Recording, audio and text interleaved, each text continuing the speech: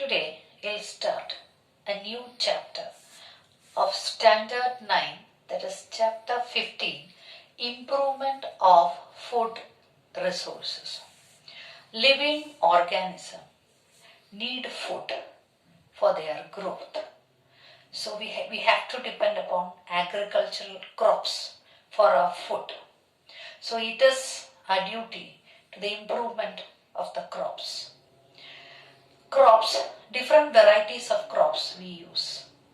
Cereals that provides carbohydrates, proteins that we get from pulses, oil seeds that gives fats like groundnut, mustard, etc. Vegetables and fruits that provide us vitamins and minerals, etc. These crops, they are not growing in the same season. Different crops are growing in different seasons. Some grows in winter season, some crops grows in monsoon season. There are two different varieties of crops, Calif crops and Ramy crops. Now this Calif crop that cultivates the month of June to October. Example, paddy, maize, cotton, etc. They are called Calif crops. Ramy crops, they cultivate in the month of November to April. It is from the winter onwards. It is wheat, gram, mustard, etc. They are called Ramy crops. So crops are not cultivated at the same season, different seasons they are cultivated. Now in order to improve the crop variety, certain factors we have to see. It is the first factor, high yield. So in order to get a better yield, crop production should be increased by, that is per acre. So then only we'll get the high yield. Improved quality. Now, improved quality, that is another factor that depends, that favors the production of the crop. That is, crops has to be, that is wheat, that quality of wheat, that is should be of baking quality, and fruits and vegetables, their quality, how to preserve it, that preserving quality has to be there. Then for oil, that is mustard and all, oil quality. Then for the pulses, protein quality, it depends upon that. Now biotic and abiotic factor. Now what does mean by biotic factor? It is certain organisms like pests, insects that can destroy the crops, and certain abiotic factors, that is a physical factor that can spoil the crops. It is natural calamities, that is flood, waterlogging, extreme heat, all these can destroy the crops.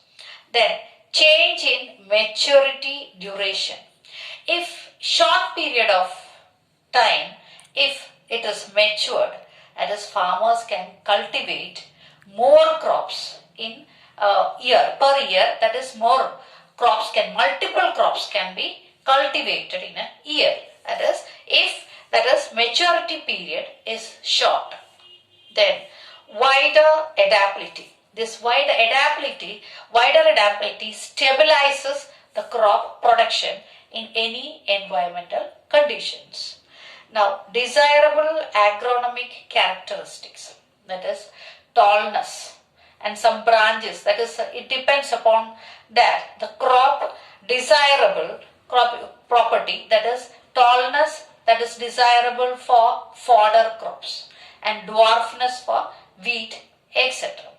Now, let us discuss other factors, that is nutrient for the crop production and management, nutrient management. Now, for the nutrients are necessary for the growth of the crops. So nutrients are necessary for that makes the soil also fertile, and is necessary for the crops. There are two different types of nutrients, micronutrients and macronutrients. Now plants they need some nutrients more. They are called macronutrients. And plants, they need less nutrients, some nutrients less, that is called micronutrients. They get hydrogen and oxygen from water, even carbon and oxygen from air, but rest of the nutrients they should get from the soil. So macronutrients are nitrogen, phosphorus, potassium, calcium, magnesium and sulfur. That means plant need these nutrients in major quantity. So they are called macronutrients. Now some nutrients it need only in micro quantity, little quantity, that is called micronutrients. That is iron, manganese, boron, zinc, copper, molybdenum and chlorine. They are micronutrients. Then next is about the manure. Now what is manure? Manure also that increases the fertility of the soil. That is manure that increases the fertility of the soil and gets nutrients to the plants. Now there are two different types of manure, that is compost and vermicompost and green manure. Now how this compost and vermicompost is prepared? It is animal excretes, all the dungs, excretes of everything of animals, dungs, etc. and plant products and weeds, all these together. It is decomposed in a pit. That is called the compost manure. It gets a lot of nutrients to the plants. And if this vermicompost is prepared with the help of this earthworm, if earthworm gets decomposed and it is considered as a vermicompost. Now green manure. Now green manure is prepared, that is at the time of ploughing the field. You used to remove all the green plants, and this green plants, if it is put in the pit and gets decomposed, that is considered as a green manure. Now fertilizers. Fertilizers are synthetic products, that is man-made products, and by using this fertilizer you have to be very careful because that loses the fertility of the soil, can destroy